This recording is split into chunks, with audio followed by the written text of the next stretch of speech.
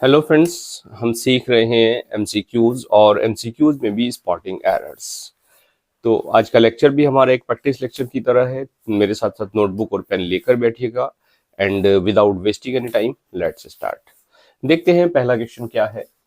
देखिए क्या करना है इसमें, direction find out the misspelt और inappropriate word used in each of the following sentences. यानी इसमें आपने इसमें दो चीज दे दी इसने, इन अप्रोप्रिएटली यूज्ड वर्ड, यानी स्पॉटिंग एरर किस सेक्शन में एरर है, और दूसरा इसने ये कह दिया कि हो सकता है कोई वर्ड मिस स्पेल्ड भी हो, यानी स्पेलिंग पे भी आपको फोकस करना है। क्लियर? तो देख लेते हैं question. The attainment of literacy is reflected in all the works of life. पहले तो स्पेलिंग देख लें, लिटरेसी की स्पेलिंग चेक कर लीजिएगा कि लिटरेसी LITERACY की ECY क्या सही है, सही है या नहीं है। अगर सही है तो, और स्पेलिंग मुझे नहीं लगता कोई और इसमें स्पेलिंग की एरर होगी। क्लियर? पहला part the attainment of, okay, किसका अटेनमेंट? लिटरेसी। इज रिफ्लेक्टेड, ठीक है, in all the walks of life. देखिए सेंटेंस को पढ़ के डेफिनेटली कोई एरर यहां बिल्कुल नहीं दिख रही है, और एरर नहीं दिख रही है एक बार और पढ़ लीजिएगा अगर नहीं दिख रही है तो। The attainment of literacy is reflected in all the walks of life, यानी सेंटेंस में कोई एरर नहीं है, तो आप जाइए आंसर ई की तरफ, नो एरर पर। क्लियर? कोई एरर है ही नहीं सेंटेंस में। बढ़ जाएगी second question. Direct involvement of people in constructive activities can improve development strategy. क्या? डायरेक्ट इन्वॉल्वमेंट, ठीक है, कोई एरर नहीं फर्स्ट पार्ट में। किसका? ऑफ पीपल, लोगों का, इन कंस्ट्रक्टिव एक्टिविटीज, कंस्ट्रक्टिव एक्टिविटीज में कैन इंप्रूव कर सकता है क्या? डेवलपमेंट स्ट्रेटजी को। तो पहली चीज अगर स्पेलिंग है तो स्पेलिंग देख लीजिएगा, कहीं कोई एरर स्पेलिंग में तो नहीं है तो फिर आपको ग्रामर की एरर यहां पर आपको मिलेगी। लेकिन नजर पड़ गई है किसमें? Strategy, STRATEGY।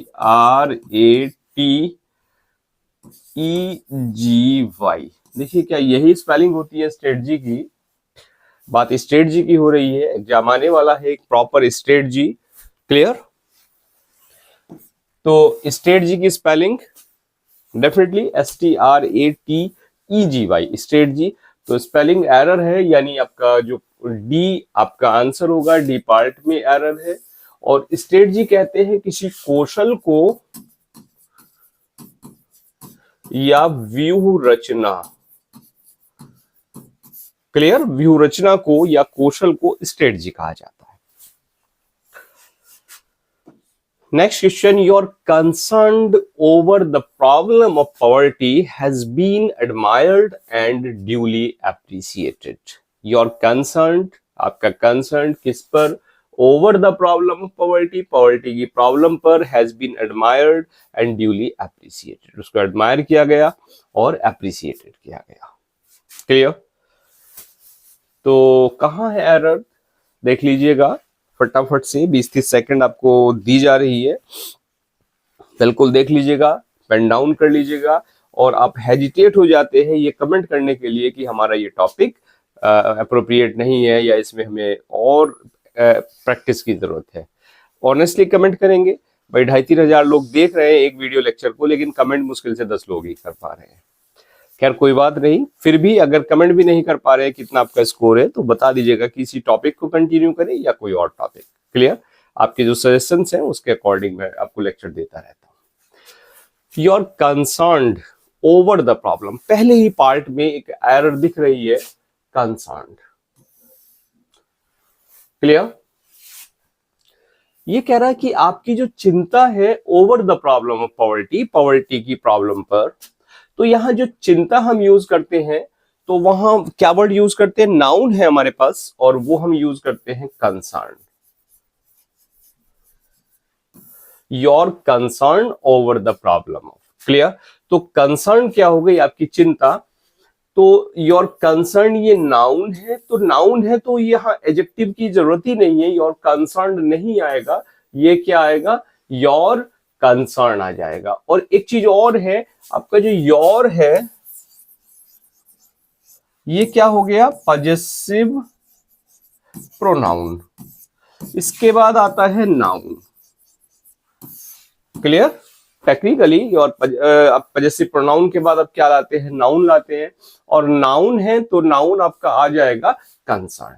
क्लियर। तो यानी आपके एरर की बात करें तो आपका जो आंसर होगा इट शुड बी ए। बाकी सेंटेंस ओके है। Products manufacturers using funds from this scheme have been given tax exemption, कि जो प्रोडक्ट मैन्युफैक्चरर हैं यूजिंग फंड्स, जो फंड्स को यूज कर रहे हैं, फ्रॉम इस स्कीम से फंड्स को यूज कर रहे हैं, उनको टैक्स एग्जम्पशन जो है वो दिया गया है। क्लियर। देखिए कौन से सेक्शन में एरर है, और डेफिनेटली फ्रेंकली कहूं तो मैं ये जो पोर्शन होता है ग्रामर का सबसे टफ पोर्शन ये होता है जो अब हम स्टडी कर रहे हैं, जिसको हम डिस्कस कर रहे हैं, फाइंडिंग एरर या स्पॉटिंग एरर कह लीजिए, सिंटेक्स कह लीजिए, कॉमन एरर्स कह लीजिए, लेकिन 4-5 क्वेश्चन इससे आते ही आते हैं। क्लियर। तो इसको ज्यादा अटेंशन की जरूरत होती है, ज्यादा प्रैक्टिस की जरूरत होती है, जहां भी मिल जाए, जो भी बुक मिल जाए वहां से प्रैक्टिस कर डालिएगा इसकी। Products manufacturers using funds, A B कोई मिस्टेक नहीं है दोनों सेक्शन में। फ्रॉम दिस स्कीम या ऑफ दिस स्कीम ऐसा तो नहीं, प्रोनाउन की प्रपोजिशन की कोई एरर हो। Have been given tax exemption, yes नजर चली गई है देखिए एग्जम्पशन पर, और एग्जम्पशन की बात है तो यहां स्पेलिंग की आपको एरर दिख रही है, EXEM PTION एग्जम्पशन, एग्जम्पशन हो जाती है आपकी छूट। क्लियर। तो स्पेलिंग की एरर है, यानी डी वाला आपका आंसर हो जाएगा, tax exemption. Clear. Next question, police investigations have revealed that many dignitaries were accused in the case. Accused in the case या एक्यूज्ड ऑफ। क्लियर। किसी चीज का कोई चार्ज लगा दिया तो वहां हम यूज करते हैं एक्यूज ऑफ का, लेकिन केस की बात है तो एक्यूज इन का ही हम यूज करेंगे, यानी ये जो प्रपोजिशन एरर है ये नहीं है, ये सही है सेंटेंस यहां पर। अच्छा, police investigations have revealed, reveal की स्पेलिंग देख लीजिए जरा, REAVELED, ऐसा तो नहीं स्पेलिंग मिस्टेक हो, रिवील।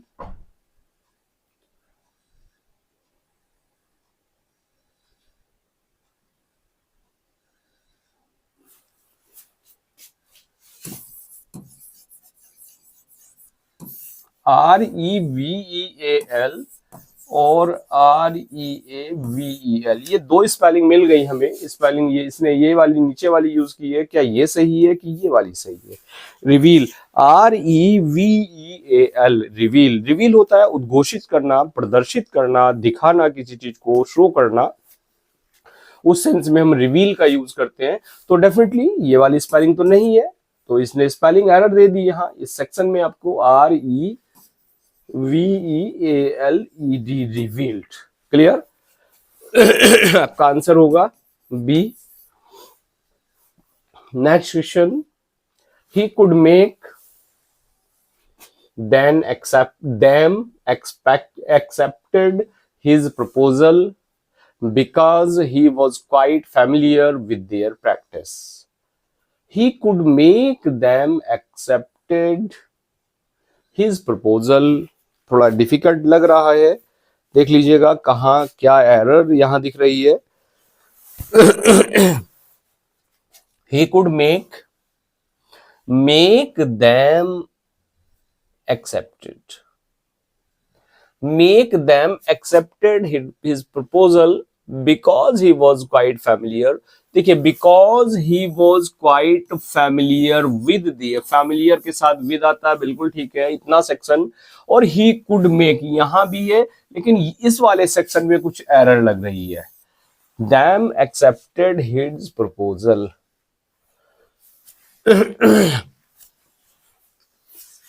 ही कुड मेक, जब इसने कुड मेक, देखिए यहां समझिए स्ट्रक्चर को, he could make, could past tense use कर दिया, मेक यूज कर दिया इसने वर्ब की फर्स्ट फॉर्म, तो फिर ये दैम एक्सेप्टेड क्यों यूज कर रहा है? एक्सेप्ट नहीं होगा, फिर हो जाएगा आपका एक्सेप्ट। क्लियर? एक्सेप्ट हो जाएगा, एक्सेप्टेड नहीं होगा। क्लियर हो गई बात? He could make them accept his proposal। तो बी वाले सेक्शन में आपकी एरर है।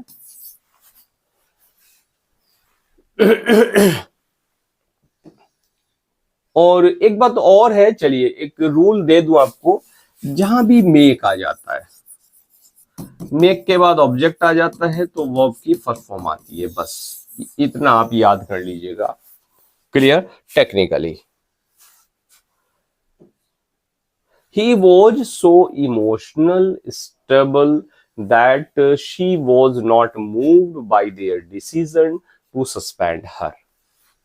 She was so emotional stable, she was so emotional stable that she was not moved by their decision to suspend her। क्या error होगी देखिए एक बार,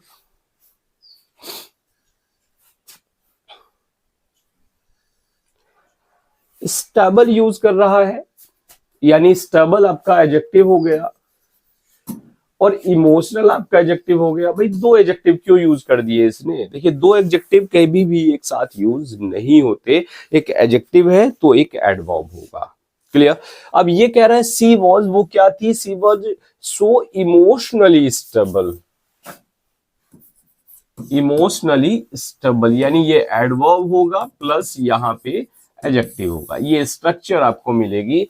तो इमोशनली स्टेबल आएगा, इमोशनल स्टेबल नहीं आएगा। क्लियर? यानी इसमें भी आपके बी वाले सेक्शन में आपको एरर मिली। क्लियर हो गया? अच्छा एक चीज, चलिए एक चीज और बता दूं आपको। हाँ बात हो रही है एडवर्ब की, तो एडवर्ब एक ऐसा वर्ड होता है जो किसी वर्ब को, जो किसी एडजेक्टिव को, जो किसी दूसरी एडवर्ब को क्या करता है? क्वालिफाई करता है, और कई बार ये किसी प्रीपोजिशन को भी क्वालिफाई करता है। क्लियर? यानी adverb is a word that qualify verb, adjective, adverb और preposition. Clear? Though the tribals had poor, they donated a huge sum for setting up a hospital। कि यद्यपि जो ट्राइबल्स हैं वो पुअर थी, लेकिन उन्होंने एक हॉस्पिटल बनाने के लिए एक ह्यूज सम, बहुत बड़ा सम जो है उन्होंने डोनेट कर दिया। दो द ट्राइबल्स हैड पुअर या हैड बीन पुअर, वो क्या रही हैं? पुअर रही हैं, पुअर रही थी, फिर भी उन्होंने डोनेट कर दिया। या दो द ट्राइबल्स हैड बीन की जगह आर पुअर की जो ट्राइबल्स हैं वो क्या है? वो पुअर है, फिर भी उन्होंने डोनेट कर दिया। तो गरीब रही है, ऐसा है क्या ट्राइबल्स उस पॉवर्टी लाइन से एक मेन स्ट्रीम में आ गई हूं? ट्राइबल्स यानी जनजातियां डेफिनेटली नहीं आई। तो ये जो स्ट्रक्चर दे रहा है यहाँ, हैड पुअर तो आना ही नहीं है, हैड बीन पुअर भी हम नहीं यूज करेंगे। क्यों नहीं करेंगे? क्योंकि वो चीज अभी भी है, एज इट है। तो इट मीन्स इसको एक ट्रुथ मानते हुए हमने क्या किया? इस हैड को हमने चेंज कर दिया आर में। दो द ट्राइबल्स आर पुअर, वो कल भी पुअर थी, आज भी पुअर है। क्लियर? यद्यपि वो पुअर हैं, वो गरीब हैं ट्राइबल्स, फिर भी उन्होंने हॉस्पिटल के लिए एक ह्यूज सम को डोनेट कर दिया। क्लियर? तो एरर कहां मिली? आपके फर्स्ट पार्ट में, ए पार्ट में मिली। नेक्स्ट क्वेश्चन देख ले। We requested them to leave their homes and camped on a hill with the other people. We requested them to leave their homes and camped on a hill with other people. देखिए क्या error हो सकती है यहां पर.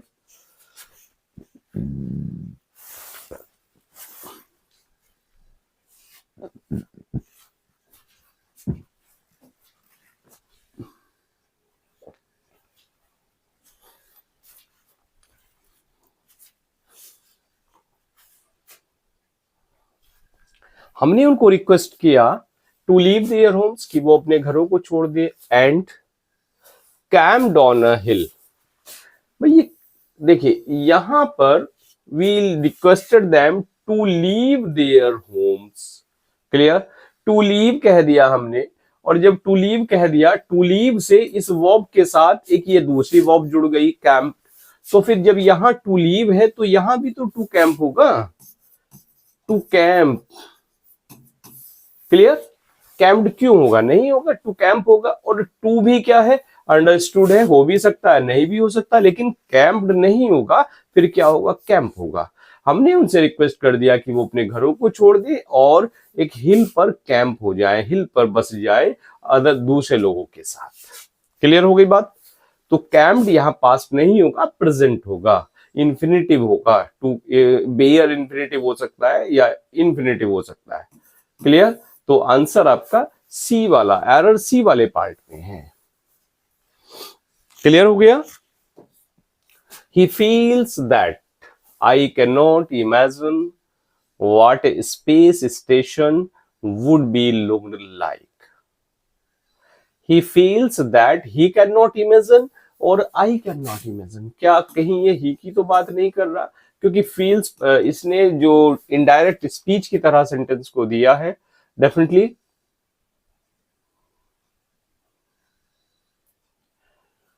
और अगर ये नहीं है एरर तो आगे देखें. आई कैन नॉट इमेजिन, उसे लगता है कि मैं इमेजिन नहीं कर सकता what A space station would be looked like. अच्छा, वुड बी लुक्ड लाइक. देखिए एक इस पार्ट को जरा ध्यान से देखिए भाई. एक तो इसको देखिए कि कहीं ये ही तो नहीं है, और फिर यहां देखिए would be looked like. Would be looked, इस वुड के साथ ये बी क्या कर रहा है, वुड बी लुक्ड लाइक नहीं होगा, ये हो जाएगा आपका वुड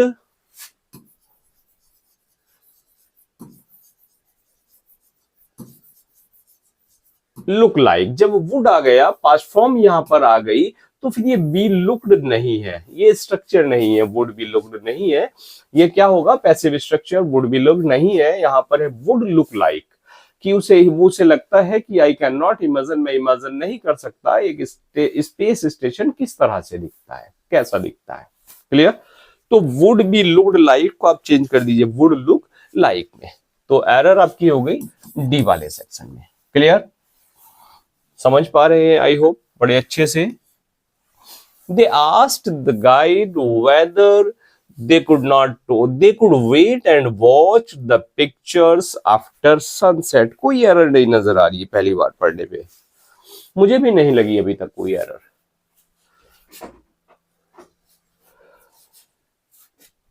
चलिए एक बार और पढ़ लेते हैं. They asked the guide, उन्होंने गाइड से पूछा, whether they could wait and watch the pictures after sunset. whether पहले पार्ट पे कोई नहीं है, वेदर दे कुड, ठीक है, वेट एंड वॉचड. ओके, यहां देखिए दे कुड, सेंटेंस को ऐसे ले लीजिए, they could wait and watched. जब दे कुड दे दिया इसने, पास्ट टेंस दे दिया, इसके साथ वर्ब की फर्स्ट फॉर्म आ गई, और एंड से अगर वर्ब जुड़ गई है तो फिर ये वॉच्ड क्या कर रहा है, क्या आएगा यहां पर, वॉच आएगा. यहां पास्ट फॉर्म क्यों आएगी भाई, क्योंकि स्ट्रक्चर तो वर्ब तो कुड है दोनों जगह. Clear. They could wait and watch. तो गलती कहां मिली आपको, एरर मिली आपको सी सेक्शन में. क्लियर हो गया क्यों मिली, कहां एरर है, क्या है error. They could wait and watch. The shopkeeper told me that the glasses were broken unless they were well packed. Shopkeeper ने मुझे बताया that the glasses were broken, glasses टूट गए, unless they were well packed, यदि उन्हें well packed नहीं किया गया। अच्छा, ग्लासेस जो है वो टूट जाएंगे अगर उन्हें वेल पैक नहीं किया गया। यानी पहले वो कहना चाह रहा है कि ग्लासेस हैं ये टूट जाएंगे, यानी ये जो टूटने की प्रोसेस है ये बाद में होगी अगर आपने उनको वेल पैक नहीं किया। क्लियर? तो ग्लासेस टूट जाएंगे, ये वाला जो सेक्शन है वो कहां, वो फ्यूचर में जाएगा, राइट? क्योंकि भाई वेल पैक कर लो, वेल पैक कर लो, नहीं तो ये टूट जाएंगे। अच्छा, ये पूरी स्ट्रक्चर पास्ट में है तो इट मींस ये जो वर ब्रॉक कह रहा है, ये वर ब्रोकन कह रहा है, तो वर ब्रोकन ना होके क्या हो जाएगा, वुड ब्रेक या वुड ब्रोकन। वुड ब्रोकन नहीं आएगा डेफिनेटली। क्लियर? तो सेंटेंस में क्या होगा कि शॉपकीपर ने कहा, मुझे कहा कि glasses would break unless they were well packed. Unless यानी इफ, यदि, दे वर वेल पैक्ड, अगर उनको वेल पैक नहीं किया गया तो वो टूट जाएंगे। क्लियर? तो क्या हो गया यहां, वुड ब्रोकन ना होके वुड ब्रेक का आप यूज कीजिए। क्लियर हो गई बात? क्योंकि ये काम जो होगा, इस काम के बाद में ये वाला काम होगा, इसलिए यहां पर वर नहीं आएगा, वुड आएगा। क्लियर है बात?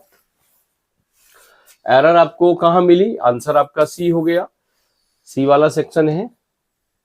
If you are not doing well in your examinations, one thing you can do was to study harder.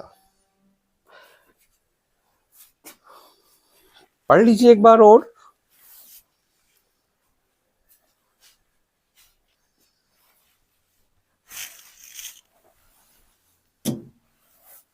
They didn't talk much, बहुत ज्यादा उन्होंने नहीं बोला, because क्योंकि they did not want to wake up the other,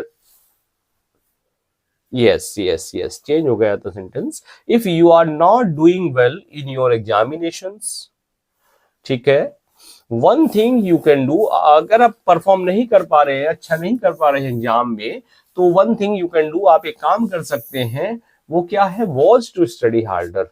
भाई एक चीज notice करने वाली बात है, यहाँ प्रेजेंट टेंस आ गया तो फिर ये यहाँ पर वॉज क्या कर रहा है। क्लियर? यानी हम बात कर रहे हैं प्रेजेंट की, अगर आप ऐसा नहीं कर पा रहे तो आप ऐसा कीजिए। यानी क्या है, यहाँ वॉज की जगह क्या आएगा, is to, one thing you can do is to study harder. Was नहीं आएगा। क्यों नहीं आएगा समझ के बाद? क्योंकि ये स्ट्रक्चर प्रेजेंट की है, पास्ट का तो कोई काम ही नहीं है यहाँ, प्रेजेंट टेंस है। तो आपकी एरर इस डी वाले पार्ट में आपको मिल जाती है। बढ़ते हैं next. They did not talk much because they did not want to wake up the other people in the house. कोई गलती नजर नहीं आई, एक बार और पढ़ लीजिएगा आप भी और मैं भी। They did not talk much because, yes, they did not, ठीक है, did not यहां भी है, did not यहां भी है। They did not they did not want to wake up the other people। अच्छा, wake up आएगा कि walk up आएगा? wake की पास्ट फॉर्म walk होती है, यानी प्रेजेंट टेंस से wake up आएगा। कोई गलती नहीं नजर आई, अभी भी नहीं नजर आई। They did not talk much, यानी गलती है ही नहीं सेंटेंस में, तो फिर भाई नो एरर पर चले जाइए। क्लियर? बहुत देर बाद नो एरर का कोई सेंटेंस हमें दिखाई दिया है। Clear? The driver was thrown out of the car, okay, and fortunately he was not hurt seriously. The driver was thrown out of the car, driver को कार से बाहर फेंक दिया गया, and fortunately और भाग्य से he was not hurt seriously, उसको बहुत ज्यादा चोट नहीं आई। कोई गलती, कोई एरर? वॉज थ्रोन आउट, ठीक है, ओके, ये ए बी दोनों सेक्शन ठीक है। Thrown out of the car, ठीक है, एंड फॉर्चुनेटली ही वॉज, अच्छा एक चीज, यस यस यस आई, देखिए यहां पर वो दो सेक्शन कह रहा है, दिस एंड दिस। ड्राइवर को बाहर फेंक दिया, एक बात। दूसरी बात कह रहा है भाग्य से उसको कोई चोट नहीं आई। यानी बाहर फेंक दिया तो उम्मीद थी ऑब्वियसली कि चोट आएगी, लेकिन चोट नहीं आई। यानी यहां जो ये दोनों क्लॉज दिखा रहा है, दिस एंड दिस, ये कंट्राडिक्टरी क्लॉज दिखा रहा है, यानी कंट्राडिक्शन यहां दिखा रहा है। और कंट्राडिक्शन के लिए आप इसने दोनों को जोड़ दिया किससे, एंड से। अगर हम एंड की जगह क्या यूज कर ले, बट यूज कर ले, बट। हालांकि बहुत सारे केसेस में एंड और बट एक दूसरे को रिप्लेस करते हैं, लेकिन भाई यहां ये कहना चाह रहा है क्या, कंट्रास्ट के लिए हम यहां पर कहीं और कोई एरर नहीं है कि ड्राइवर को बाहर फेंक दिया गया कार से किंतु उसको चोट नहीं आई। तो सेंटेंस क्या दिखा रहा है, कंट्रास्ट दिखा रहा है। कंट्रास्ट में एंड को आप बट से रिप्लेस कर दीजिएगा, बस सी वाले सेक्शन में एरर है। क्लियर, समझ में आई बात कि नहीं आई? क्या कंट्रास्ट, दो कंट्राडिक्टरी आइडियाज यहां वो दिखा रहा है। चलिए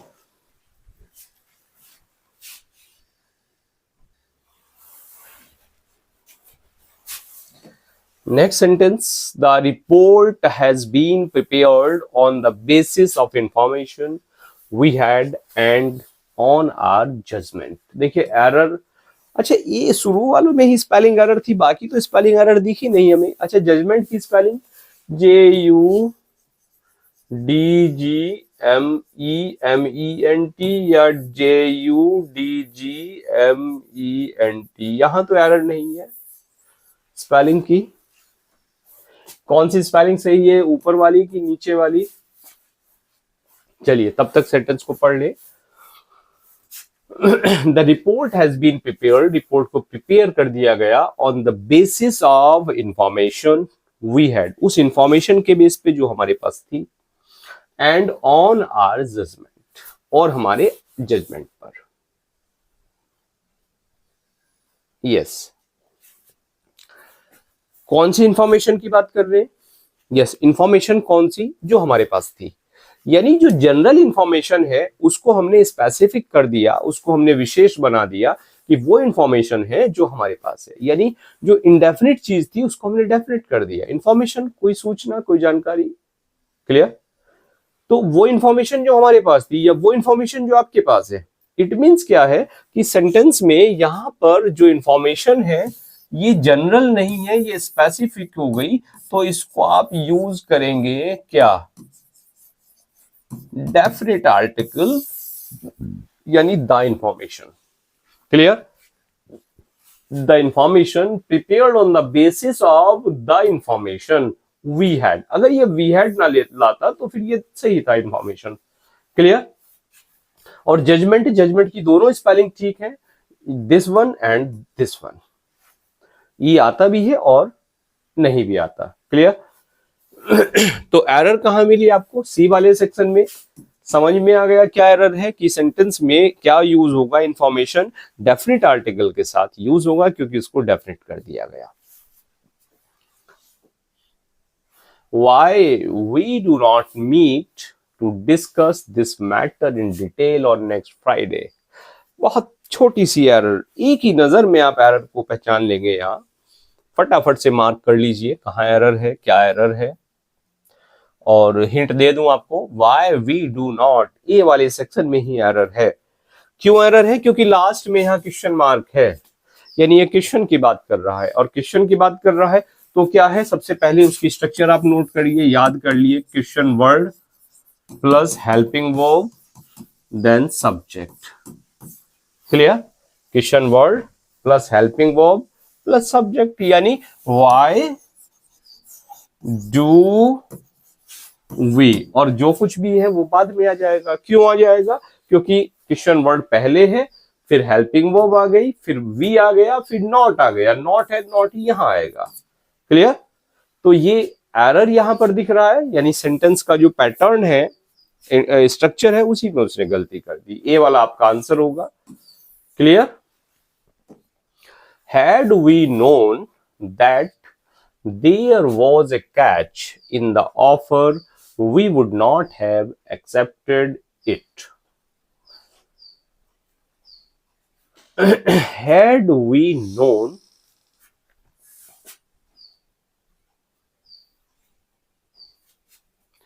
that there was a catch in the offer, we would not have accepted it। कोई एरर देखिए एक बार, मुझे कोई एरर नहीं लग रही है सेंटेंस में definitely. Had we known that there were a catch, नहीं, there was a catch, ठीक है, was यहाँ पर a catch in the offer, we would not have accepted it। No error पे जाएंगे भाई, मैं तो नो एरर पे जाऊंगा, आप मार्क कर लिए क्या है आपका आंसर, लेकिन आंसर इसका नो एरर ही है क्योंकि कोई गलती इसमें है ही नहीं। One of the secret of success is to keep up trying and not to give up। One of the secret of success या one of the secret of the success आएगा कि सक्सेस आएगा, यहां थोड़ा सा दिमाग चलाइए। is to keep up trying and not to give up, कि वो क्या है, ट्राइंग करना है, गिव अप नहीं करना है, that is the secret of the success. Clear? तो one of the secret of the success.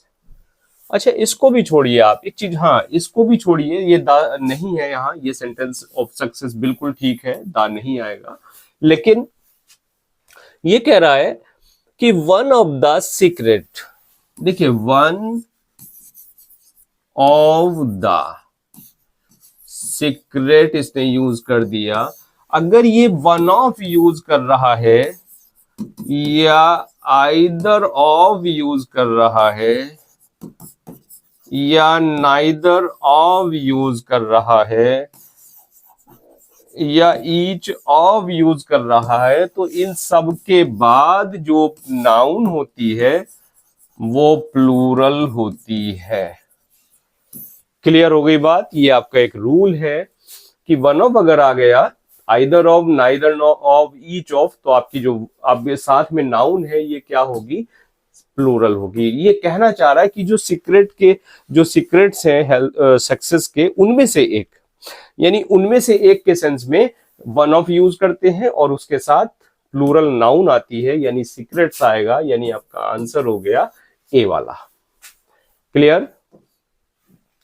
The present study has been designed to examine whether or not traditional approaches are still applicable।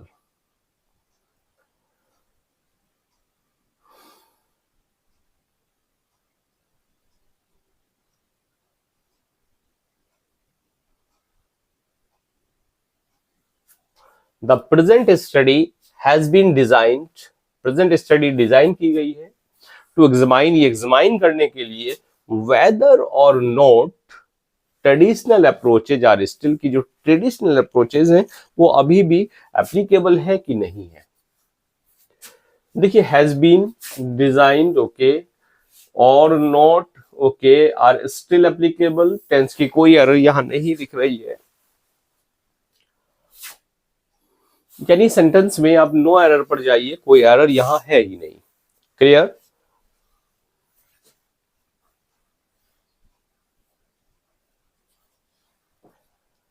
Next sentence, if you inform me of yours arrival time, अगर आप मुझे inform करेंगे अपने arrival time को, I shall come to meet you at the airport, मैं आपको मिलने के लिए एयरपोर्ट पर आऊंगा, यदि आप मुझे अराइवल टाइम को रिपोर्ट करेंगे। कोई एरर? यस, देखिए योर्स या योर्स, एरर यहां है योर्स में। क्लियर? योर्स अराइवल टाइम नहीं आएगा यहां। अच्छा, योर्स की योर्स या योर अराइवल टाइम, ऐसा भी तो हो सकता है योर आ जाए, योर अराइवल टाइम या योर्स अराइवल टाइम, क्या आएगा देखिए। अच्छा, एक चीज और है, जो योर्स है ये है आपका प्रोनाउन, और ये जो योर्स है ये आपका आ गया पजेसिव एडजेक्टिव। क्लियर, ये दोनों में अंतर है, एक प्रोनाउन है, एक पजेसिव एडजेक्टिव है योर्स। क्लियर, तो योर्स अराइवल टाइम, तो यहां पर वो जो बात कर रहा है योर्स अराइवल टाइम की बात, यानी प्रोनाउन की वो बात कर रहा है। योर्स अराइवल टाइम, कौन सा वाला योर्स अराइवल टाइम। क्लियर, बात समझ में आ गई, यानी वो इसकी बात नहीं कर रहा है, इस अपोस्ट्रोफी एस वाले की। ऐसे ही जब आप लिखते हैं कोई एप्लीकेशन, सबसे लास्ट में लिखते हैं योर्स सिंसियरली एंड करते हुए एप्लीकेशन को, तो योर्स ये वाला आता है कि अपोस्ट्रोफी एस ये वाला आता है। बताइए कौन सा आता है, और आता है तो बिल्कुल क्यों सही है, इसी रूल पे वो डिपेंड है। क्लियर, यही रूल है। तो आपको एरर यहां बी पार्ट में आपको मिली। Yes, next sentence, provided you promise me not to repeat this, I shall not allow you to take it up. Provided आप यूज करते हैं, किस लिए आता है प्रोवाइडेड? इफ के लिए, कंडीशनल सेंटेंसेस में कंडीशन बताने के लिए आप प्रोवाइड को यूज करते हैं, प्रोवाइडेड को यूज किया जाता है। क्या कह रहा है? इफ यू प्रॉमिस मी, अगर आप मुझे प्रॉमिस करेंगे, नॉट टू रिपीट दिस, इसको आप रिपीट ना करने की, तो I shall not allow you to take it up, इसको लेने के लिए मैं आपको अलाउ नहीं करूंगा। अगर आप मुझे प्रॉमिस करेंगे कि आप इस काम को रिपीट नहीं करेंगे, तो मैं आपको ये काम करने दूंगा। यही तो स्ट्रक्चर हो जाएगी। क्लियर, यदि आप मुझे प्रॉमिस करेंगे कि आप मुझे गाली नहीं देंगे, तो मैं आपकी पिटाई करूंगा, या मैं आपकी पिटाई नहीं करूंगा। समझिए सेंटेंस को थोड़ा सा। If you promise me not to repeat this, I shall not allow, मैं आपको अलाउ कर रहा हूं, तो मैं आपको अलाउ कर दूंगा ले जाने के लिए। अगर आप प्रॉमिस करेंगे कि आप इसको रिपीट नहीं करेंगे, तो मैं आपको अलाउ कर दूंगा। राइट, तो गड़बड़ कहां है? यहां ये जो नॉट है और यहां जो नॉट है, ये वाला dot, I shall allow you. Clear, I shall allow you, बशर्ते की बात हो रही है, तो ये जो नॉट है ये नहीं आएगा, आई शैल अलाउ यू। यानी सी वाले सेक्शन में आपको एरर मिल गई। बात समझ में आ गई?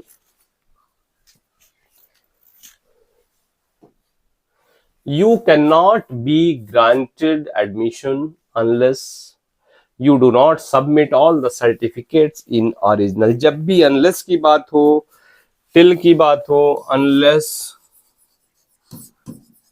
अनटिल और टिल की बात हो, तो एक ही तरह की एरर जनरली देखी जाती है, वो है कि इनके बाद वो नॉट लगा देता है। जबकि अच्छा, एक वर्ड और है इसमें, लेस्ट, ऐसा ना हो कि, यानी ना हो, ना तो ऑलरेडी आ गया। ये सारे वर्ड्स नेगेटिव हैं, इनके बाद वो नॉट लगा के देगा, जबकि प्रैक्टिकली इनके बाद नॉट नहीं लगाया जाता। ग्रामेटिकली नॉट आप इनके बाद नहीं लगाते। क्लियर, और यही एरर यहां दिख गई। अनलेस के बाद इसने लगा दिया not, unless you submit all the documents in original. Clear, तो एरर कहां है? आपके सी वाले पार्ट में है। क्या एरर है? कि डू नॉट नहीं आएगा, सेंटेंस जाएगा अनलेस के बाद पॉजिटिव। क्लियर हुआ? चलिए बढ़ते हैं नेक्स्ट क्वेश्चन पे। I promise to teach you everything you need to known. बड़ा इजी सा है, बिल्कुल एक ही बार सेंटेंस को पढ़ के अगर एरर दिख रही है तो उसको इजी नहीं, क्वाइट इजी हम कहें। मैं आपसे प्रॉमिस करता हूं टू टीच यू एवरीथिंग, आपको हर चीज पढ़ाने की। यू नीड टू, जब नीड टू आ गया, यानी आपका इंफिनिटिव आ गया, तो इसके बाद आप वर्ब की बेस फॉर्म लाते हैं, वर्ब की फर्स्ट फॉर्म लाते हैं, और ये जो नॉन है ये नहीं आएगा, यानी वर्ब की फर्स्ट फॉर्म क्या लाएंगे आप? Need to know. Clear, need to known का कोई मतलब नहीं है। समझ गए क्यों नहीं आएगा? Need to know. डी वाले सेक्शन में आपकी error. Clear, and today the last question, to arrive at a decision all the interesting parties should be invited and involve in discussion. पढ़ लीजिए दोबारा से। यस, लगभग 40 मिनट का ये सेशन है आज, कल 50 मिनट का हो गया था, right. To arrive at a decision all the interesting parties should be invited. All the interesting, देखिए दो चीज है, एक तो आ गया इंटरेस्टिंग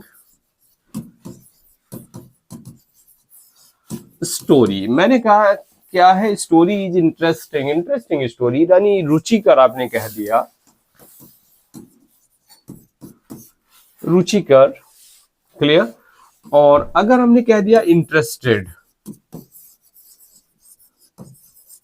बॉयज, कि वो लड़के जो इसमें इंटरेस्टेड हैं, यानी वो पार्टीज जो इसमें क्या है, इंटरेस्टेड है। इंटरेस्टेड यानी रुचि रखने वाली है, और यहां पर क्या हो गया, इंटरेस्टिंग यानी रुचिकर आपने कह दिया, या आपने कह दिया रोचक। लेकिन यहां इंटरेस्टेड का मतलब है जो इसमें इंटरेस्ट रखने वाले हैं, क्लियर, जो इसमें रुचि रखने वाले हैं। तो वो पार्टीज जो क्या है, इंटरेस्टिंग है, इंटरेस्टिंग नहीं आएगा, इंटरेस्टेड, इंटरेस्टेड पार्टीज, क्लियर। तो एरर आपको मिली बी वाले सेक्शन में। और इन 25 एमसीक्यूज में आपका स्कोर क्या रहा, ऑनेस्ट कमेंट करके बता दीजिएगा। और अभी तक चैनल सब्सक्राइब नहीं किया, सब्सक्राइब कर लीजिएगा। मिलियन माइंड्स इंग्लिश एप्लीकेशन को डाउनलोड नहीं किया है, उसको प्ले स्टोर से जाके डाउनलोड कर लीजिएगा, या उसका लिंक आपको वीडियो के डिस्क्रिप्शन में मिल जाएगा। एक मंडे से यानी कल से ऐप पर एक क्रैश कोर्स ग्रामर और वोकेब का लॉन्च होने जा रहा है। तो अगर आपको ग्रामर में या वोकेब में कहीं कोई डाउट है, आपको लगता है कहाँ कि ये सेक्शन है जिसको मुझे और इम्प्रूव करना है, तो ये आपके लिए है। उसकी जो ज़्यादा डिटेल आपको एप्लीकेशन पर मिल जाएगी, उसको आप ज्वाइन कर सकते हैं। चलिए मिलते हैं नेक्स्ट लेक्चर में। Now thanks for watching this video.